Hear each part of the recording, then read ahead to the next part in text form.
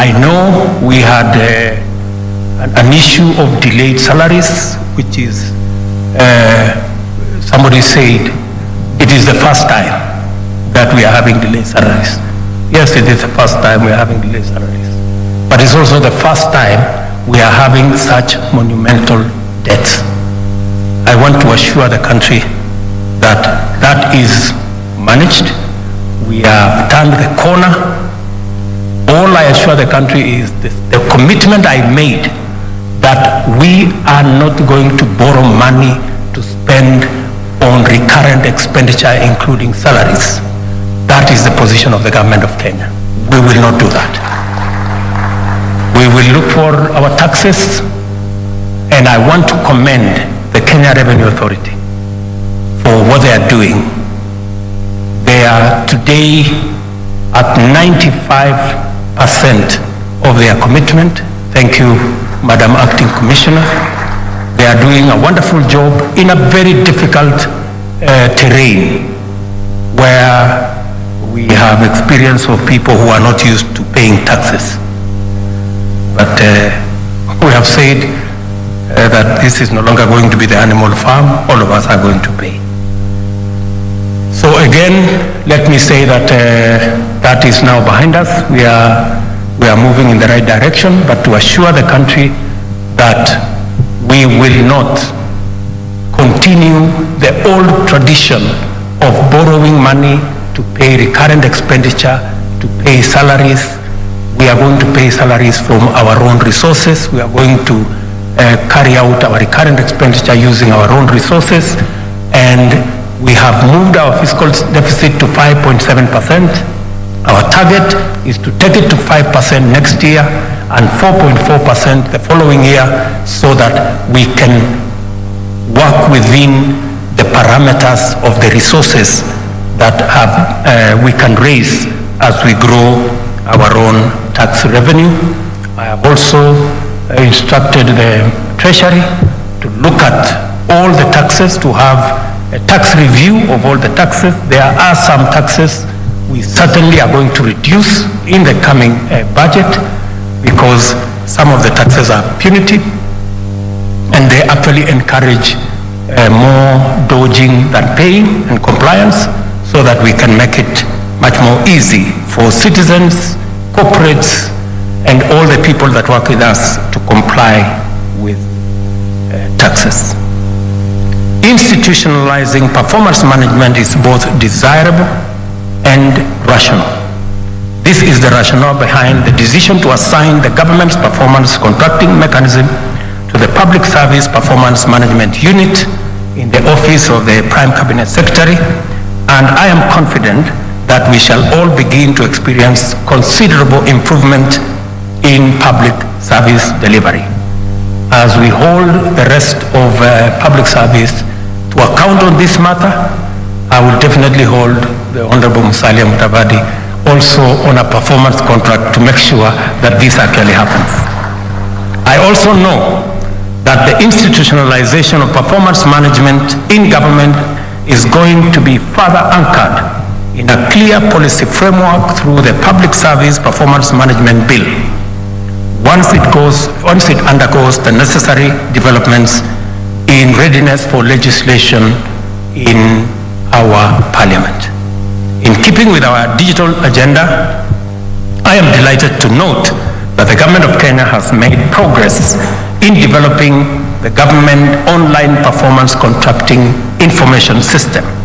This system will promote efficiency, promptness, and transparency, thereby delivering the possibilities, benefits, and advantages of digital technology to the management of public service delivery.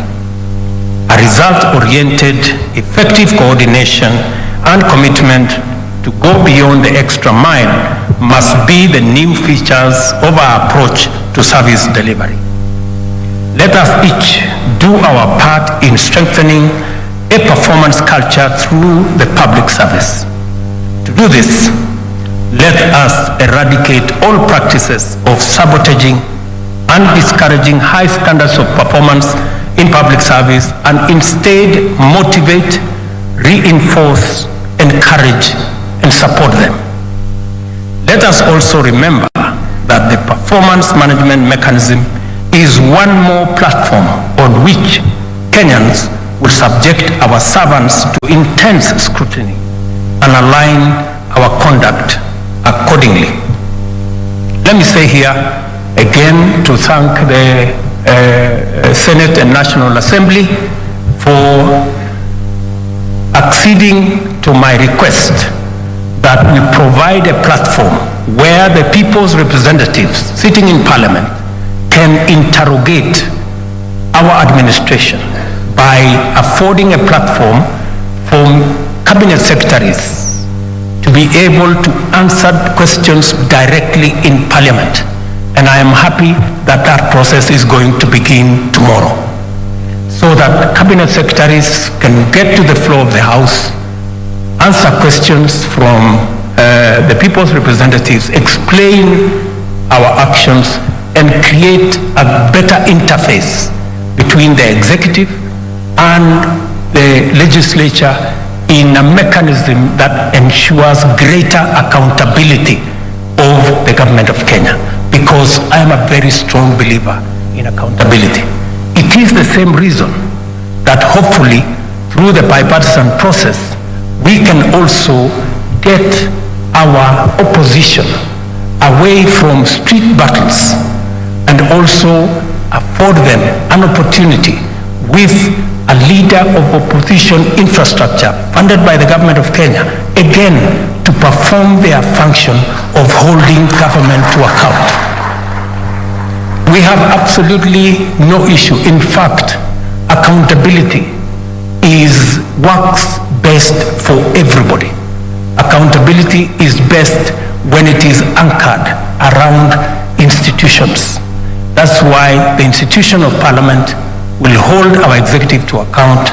We want to build the institution of the opposition as is guaranteed in the Constitution, as also another institution to hold government to account, because accountability is actually the measure of any performance of any administration.